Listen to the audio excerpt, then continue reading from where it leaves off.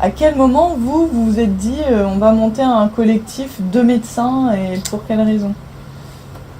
C'est vrai que moi parce que je suis à l'origine de ce collectif, d'abord, est-ce qu'il fallait créer une association ou un collectif? Alors, la notion de collectif est très à la mode partout, les gilets jaunes, etc. Pourquoi? Parce qu'il n'y a pas de chef. Pas de chef, il n'y a pas de dépôt de statut, on fait tout et n'importe quoi, enfin on pourrait faire tout et n'importe quoi, et pratiquement personne n'est responsable de personne, si ce n'est la signature au bas d'un communiqué. Donc déjà c'était plus souple. Puis dans un collectif on peut rentrer, on peut en sortir de façon très souple. Et puis en parlant avec 2-3 collègues, je me suis dit tiens, on a l'impression qu'on pense la même chose, on pourrait créer quelque chose. Donc on a lancé un premier communiqué anonyme. C'est en fait un collectif où il y a 7-8 personnes, ça fait pas sérieux. Pour nous, ça fait sérieux, mais pas forcément pour la population générale. Et le deuxième collectif, on était déjà 13, 14, le troisième communiqué. Et donc là, on a commencé à afficher nos noms. Alors, la question que posent souvent les personnes, c'est pourquoi vous êtes si peu nombreux? Ben oui, on est si peu nombreux, parce que les médecins ont peur de s'exprimer pour tout un tas de raisons. Et on reviendra peut-être à la convocation que nous avons eue à l'Ordre des médecins, le 10 décembre dernier. Et puis certains médecins sont persuadés que tout ce qu'on dit à la télé en boucle, ils adhèrent, quoi. Alors ils adhèrent pourquoi? Ils adhèrent parce qu'ils n'ont pas forcément le temps d'aller voir d'autres informations, de les lire. Ils n'ont pas forcément ni l'envie, parce que depuis la première année de médecine, on est quand même soumis au diktat de l'autorité, la soumission à l'autorité, qu'on le veuille ou pas.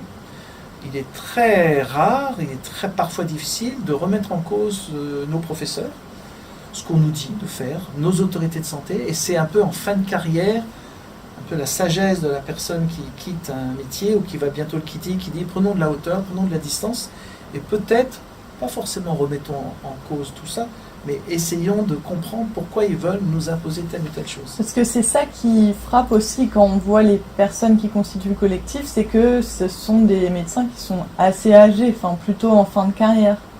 Oui, alors étonnamment, vous en avez des jeunes aussi. Alors je ne sais pas ce que c'est que jeunes, mais il y en a qui ont 30, 35 ans. Encore beaucoup plus courageux que nous, parce qu'effectivement, nous, on ne reste pas grand-chose. La carrière est derrière nous. Les jeunes, ils risquent gros. Vous savez, des gens comme Louis Fouché à Marseille, l'anesthésiste réanimateur, il a toute sa carrière devant lui. Et s'ils font la même chose avec lui qu'avec le professeur Perron, qui lui est en fin de carrière, mais à qui on est en train d'enlever les crédits pour son service d'infectiologie à Paris, qu'on leur dit que pour les internes, tu sais, ça fera pas bien sur une carte de visite, c'est un CV d'avoir été interne chez le professeur Perron. On dit que là, les jeunes qui prennent position, c'est doublement ou triplement plus courageux que nous. Et donc, il y en a quand même. Mais c'est compliqué d'officialiser un nom. C'est peut-être mettre une croix sur sa prochaine carrière hospitalière ou libérale sans avoir d'encombre avec l'ordre des médecins.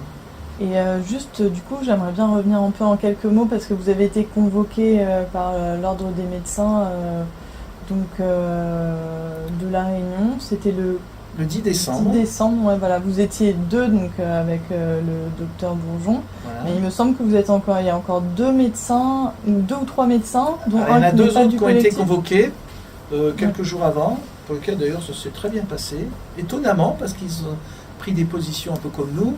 Mais du coup, est-ce que c'était vous l'avez vécu comme une tentative de pression ou alors c'est une tentative c'est une tentative évidente d'intimidation et qui ne vient pas de l'ordre départemental, même si certains étaient peut-être ravis de nous convoquer, mais c'est de l'ordre national. Et moi je ne vois pas quelle légitimité à l'ordre national, régional ou départemental comme scientifique. Il n'y a aucune légitimité scientifique.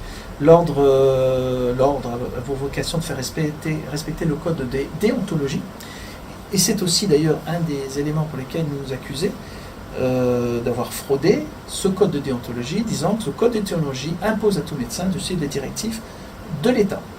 Les directives certaines de l'État basées sur la science. Or, la science, depuis le mois de mars, on a un petit peu l'impression qu'elle est un peu galvaudée. Parce que quand on vous dit au mois de mars-avril que de toute façon, les masques servent à rien, alors tout simplement parce qu'il n'y en avait pas, et puis qu'un beau jour on dit les masques c'est indispensable, on se dit mais où est la science? Voilà. Donc c'est un peu compliqué.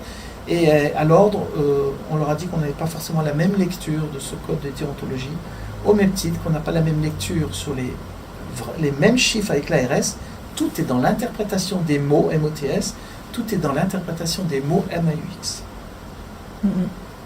Est-ce que les médecins sont libres aujourd'hui? Je crois qu'on était libre avant la mi-mars, on n'est plus du tout libre maintenant. Quand on entend le président du conseil régional de l'ordre disant sur un plateau télé effectivement, répondant à la question des journalistes, s'ils n'ont pas dit ce qu'on nous on dit, ils risquent d'avoir des problèmes. Ça a été dit texto. Donc non, on n'a plus du tout aucune liberté. Sur quoi, c'est pas pour ça ça ne nous empêche pas de l'exprimer, hein, de ce qu'on a envie de dire. Parce qu'il y a une trentaine de médecins, je crois, aussi en France qui ont été sur. Il y a une trentaine de médecins, je pense qu'ils n'auront pas tous la chance d'être soutenus comme nous on l'a été. Donc on a la chance à La Réunion d'avoir été soutenus par beaucoup de collectifs, étonnamment par beaucoup de médecins, mais qui ne le disent pas de façon très nette. Mais j'ai quand même reçu un certain nombre de mails très étonnants, parce que je ne pensais pas que des médecins pouvaient me soutenir par rapport à ça. Mais globalement, dans un énorme silence quand même de la communauté médicale, on est quand même 1800 médecins à La Réunion, c'est un petit peu inquiétant de voir que aussi peu de médecins s'inquiètent de l'évolution des choses, notamment en matière d'objets ou de mesures liberticides qui tous les jours se votent à l'Assemblée nationale.